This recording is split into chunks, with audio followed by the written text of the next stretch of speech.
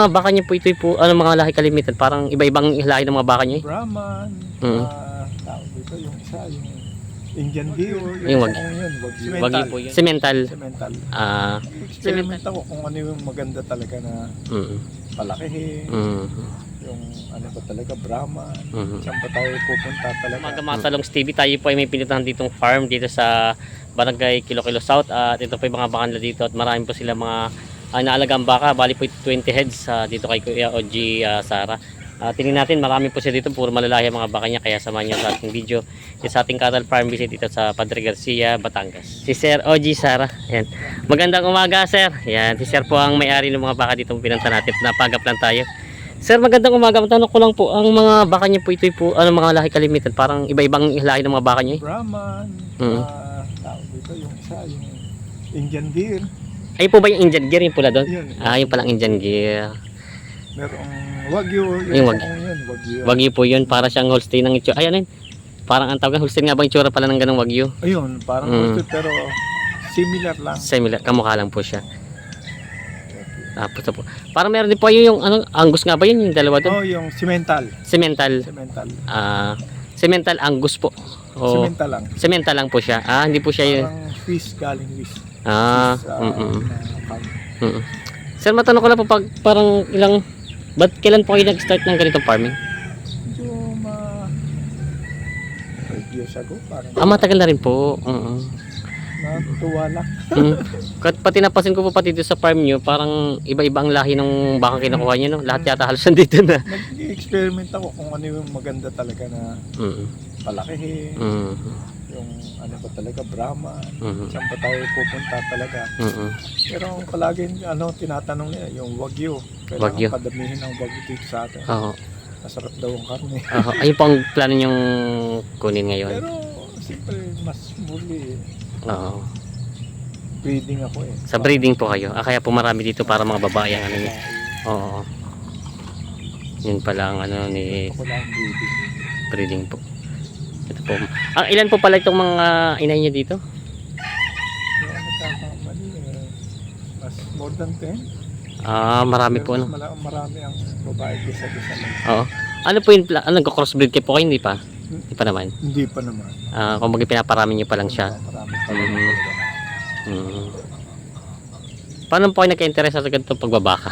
Yun dan. Before yung father ko nag-aalaga ng pa isa, dalawa, hanggang 5, gano'n. Maliit pa ako na eh. Natuto na ako niya. Kumbaga po palaki rin po kayo sa ganitong pagbabaka. Oo, mga magulang Kasi din. tubigan ito, palayan. Ito po ba inyo na talaga sa pool mga magulang niyo? Ito kalawakan na ito.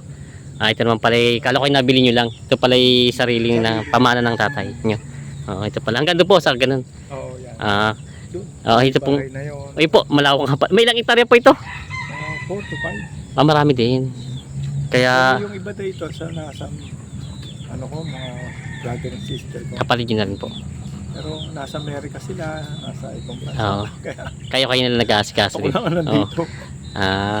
Kaya po na plano nyo palang mag-alaga ng baka dahil para mapakinabangan yung lupa. Oo, kasi Ayan. ito dati, pala tinatanim namin. Oo. Mas alagaan na lang ng baka. Sabi ko, mas maganda ka. Oo. Kaysa taniman po ng palay, ano. Maano po, pagka dumating ang parang pabakutan ko na yan. Ito po. Lawak pala to. Alpas na yung mga baka dyan. Alpasan, plano nyo po, alpasan na lang din siya. Sir, kamusta naman po pala ang, kasi sa 5 years po nyo na pag-alaga, nakakapaglabas na rin kayo ng baka pagbebenta? Marami na ako nabenta. Oo. So umabot ng 35, ano yan eh. 35 beds. More than, Oo, oo. marami po. Oo. Pero yung pagka dumating na yung meaty na siya, inihano ko na sa Inaalpas nyo na rin po. Oo, malapit po, nandiyan lang eh. Oo. Si Sir lagi na pinakikita sa parada. Nakikita yung berries, doon siya nanonood. Oo, nanonood ako doon. Ano ba ang presyohan ngayon? Ganun po, kaya kayo napasyal doon. Sinusurvey nyo muna bago nyo ilabas. At nabili rin. Pagka mura, maganda yung baka. Kamusta naman po? Kumbaga sa pagbebenta nyo, ayos naman, maganda naman ang kitaan sa pagbabaka. Hindi naman kalakihan. Oo. Isa na nakakatulong din. Oo. Kumbaga, oo. Para po napansin ko pati hindi kayo masyadong yung parang ano siya sa feeds ano, parang dito talagang nilalabas yung mga baka, hindi siya katulad. Oo. Mas damo. Oo, damo po talagang Pinakakain parehas. ko rin ang feeds yan. Oo. Mga feeds pa rin ako dyan. Meron din po kayo dito mga feeds. Corn silage. Oo. Oo. Yung pakain ko doon sa nasa loob, Mhm. corn silage yun. Ako silage na po. Corn silage. Pero parang nilalabas nyo pa rin sila ano? Oo, nilalabas ko pa rin para at least may mga maarawan sila. Ganda yun. Kumbaga hindi kayo nag ano talaga nakatulad ng ibang mga magbabaka. Oo, nakakural na siya, kulong talaga. Plano ko sana dito. Oo. Pero sabi ko, mas maganda yata nakagala-gala dyan. Sayang po kasi pati yung lupa nyo na ganito kalawak na wala namang ano no. Kasi yung iba nga, binabakuran. Oo, Naalpasan alpasan. naman dyan sa loob. Yun po ang plano nyo gawin. Plano ko sana. Maalpas na lang. Yun pala nga ni Sir. Pero si Sir pala ay nag-experiment at marami. Nakita ko yung una pala dun. Cemental palang lahi dun. Nabanggit natin kanina, sabi ko parang ano siya yung Angus po. Oo. Pero ano po siya, parang cemental po ang ano, lahi niya. Yun po galing na sa imported siya dito lang din sa atin. Dito na sa atin, pero European ano yung Oo, breed. ibang ang itsura niya po At European. oo, medyo parang Malaki siya. oo. Parang medyo pati mahal yata ang karne nun ganung Parang ganun, oo. Ayan. Similar sa Angus. Oo. Paano po sir ang ano pala nun? Kasi parang may ano pag mag-alaga ng ganun lahi ng baka, meron ba dito sa ating market na nagbibili ng ganun? Para kasing kalimitan din sa atin pagkaraniwan yung mga Brahman, mga kay. Brahman, Oo. Yung sa Garcia na rin, pagka kailangan meaty na siya, Oo. doon na rin. Isasabay niyo na rin po sa presyo ng ganun. Mas mahal. Mas mataas ng konti. I mean, namimili rin naman po ganun dito sa atin. Meron naman. Taga Bulacan, taga Manila. Kumbaga iba din ang presyo nila sa ganung mga baka. Alam nila yun. Oo. Kasi baka mamaisip ko ipaparudo sa presyo ng mga Brahman Oo. Iba naman pala po. Ito pala si Sir Sir, before po, kayo po retired na sa iyong trabaho? Okay, yung Extra pa rin po. Negosyo pa akong konti. Pero po sa inyong wala na kayong ngayon, business na lang. Nag-focus kayo sa business. Sa bakahan. Dito. Mm. May guest house ako. Yung RCA guest house sa akin. RC Guest House. Po sa guest house, saan po lugar dito? Along the highway diyan, Punta Rosario. Yun pala.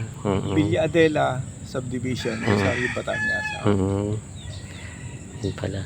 Ito po yung mga baka ni Sir. Nakita ko yung lalaki ng mga baka niya dito Sabi ko Pero before po, nag-start na agad kayo dito sa mga Brahman o mismo saan muna? Tagalog. Tagalog. Mga binibili ko lang diyan sa tabi-tabi. Oo. Nakita ko nga sa Garcia, sabi ko, mura ito. Pero mali pala. Kailangan mas maganda yung lahi. Bakit naman po? Kasi yun din ang alaga mo. Kung Brahman ang aalagaan mo, malaki agad. Malaki yung... Kasi pagka Tagalog, manganak man siya, maliit pa. Maliit pa rin sa Isang taon, maliit pa rin siya.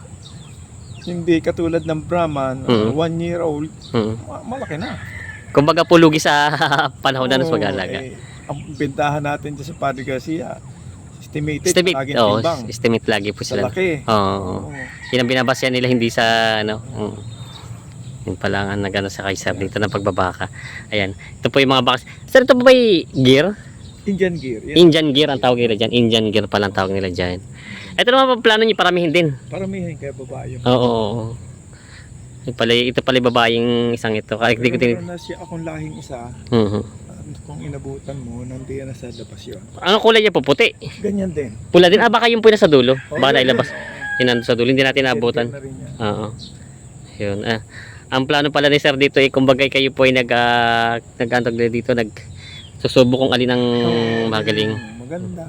Pero sa klima ng panahon natin dito, Brahman na tinawag. Brahman talaga po sa Pilipinas. Oo. Dahil hindi sa init. Oo. Kasi mga katulad ng mga Angus natin, cemental, takot sa init yan. Sadya po mahina sila sa ano? Oo. Mahina sa tag-araw, kailangan may silong talaga. Oo. Hindi katulad po kahit maghapon siya sa initan, hindi siya walang problema po. Pero sa ganitong baka po, ang kalibitan kalaban po na parang sa atin dito, ulan Tag-ulan. Tag-ulan talaga. Kasi mas maganda pa yung tag-araw. Dahil mas malalaki yung baka ko. Mabilis po lumaki. Papakain ng ayos. Pagka gayong may basa pala. Sobrang putik nga po. Parang yung mga baka ngayon takot na tubigan Ito pwede sa kalabaw. Kaya lang ayaw ko na. Ay, nakalabaw niya naman. Oo.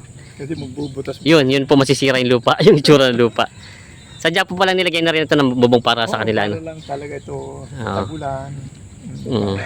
May sisilungan sila. Samintuhan. Mm-mm. Sabi ko, buhangin ang nilagay ko pero talo pala ng ano yun. Natabunan po ng lupa ng tayo nila. So mapapain niyo po doon sa mga gusto mag-alaga ng ganitong baka, kailangan talaga meron siyang bahay. Yung kumbaga masisilungan siya pag ano, pag umulan. Pwedeng diyan lang siya. Oo. Kailangan yung alaga rin. Kakaawa din kasi yung baka pag nilalagay. Pagka naulan, nabagyo nga. Tinitingnan ko pa yun dito. Oo. Ay, kung maayos ang ano nila. Oo, Hindi. Kasi pagka tuloy-tuloy ang ulan, nababasa, sisipunin yan. nga po. Yun ang pagsimulan po ng sakit ng mga baka na po. Yun ang ano ni sir dito. Miski hayop yan, kailangan caring ka rin Yun. sa kanila. Kumbaga kahit po kayo may trabahong iba, lagi po kayo nandito. Oo, sa Hindi, araw-araw. hapon, sa umaga, tinitingnan ko. Pagkahapon, ipon-ipon na sila dito.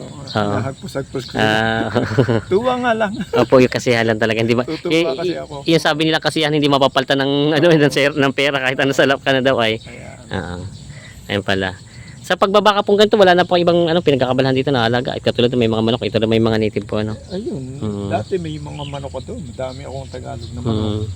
Ay kaya lang, dumaan yung Peste. Ano, Yung peste po talagang kalaban. Oo. Naubos. Kaya dito na lang kayo sa baka matibay-tibay sa... Iba yung baka. Nagkambing din ako, pero ang kambing, hindi ako. Mahina pa rin po. Mahina. Mahina talaga. Sa pagdating ng tagulan, yung kulungan ko ng baka Oo. doon, yun ipang kambing dati. Aha. Kinumbert ko nila sa baka. Mahina po talaga. Mahina Mahina sa sa tagulan. tagulan. Mahirap pag-alagaan. Lalo na kung may lahi.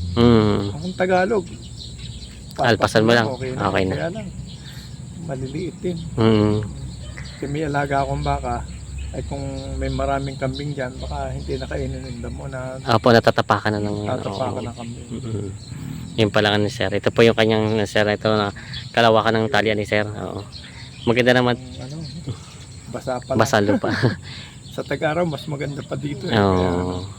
Yung ulan lang siya, pero hindi yung... Hindi po yung ganyan talaga nagpuputik na ng gusto. Ano? Ayan. Ay sir, sa last na tanong ko, pwede po kayo magbigay ng message sa mga... Kasi marami po sa atin sa totoo lang. Kayo naman po hindi OFW, no? Hindi. Hindi, dito lang kayo sa Pilipinas. Dito lang kayo. Kasi ang marami po sa atin nanonood sa totoo lang po mga OFW, mga kababayan natin. Eh sila po yung nag-aalangan minsan kung paano mag-umpisa ng ganitong farming. Talaga maganda po ang pagbabaka sa inyong experience. Sa pagbabaka, kailan tiyaga lang. Tsaga lang talaga po. Tiyaga lang talaga. So, kung marami, talagang alagaan mo ng ayos, Kikita ka talaga po. Paano. Oo. Ayun. Hindi naman talaga doon ka aasa talaga na Oo, opo. baka. Kailangan masaluan mo rin ang ibang business. Opo, para... Nag-aalgan siya dyan. Pero hindi mo nalalaman mo. Dating ang panahon ba, malaki na rin. Pati po parang iba kanyang may mga anak-panak na kayo dito. Kung bakit dumadami na siya, no? Dumami. Dumadami na siya. Paano ko this year, o kasama last year. Ano yun, di ba? Kung 6. Madami na rin po, ano? Pero yung malalaki na. Yung pala nga na sir. Yung iba, sinumpit ni Regan. Okay, Sir Regan. Yung po yung red gear na ano doon. Yung gear doon gear sa na dulo. yun. Oo. Yan pala yung gear na ano. Oo. Ayan pala nga ni sir. Yan. Sir, maraming salamat po sa inyong pagpapahintulot po tayo nakabisita dito kay sir na farm. Talagang maraming salamat po. Oo. Patagal na si sir natin gusto pa siya lang dito kaya lang medyo busy si sir na kanyang negosyo yata at kaya ngayon lang naabutan natin sir at medyo magaga dito si sir. At si sir naman ang kanyang tagapangasiwa dito ng mga baka. Ayan. Ayan. Sir, maraming salamat po sa inyong oras. God bless po, God bless. Marami.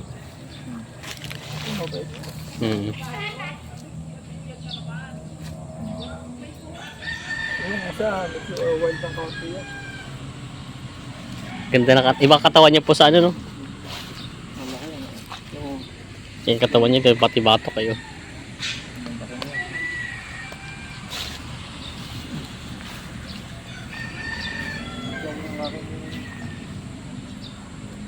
Pantay na pantay ang likod.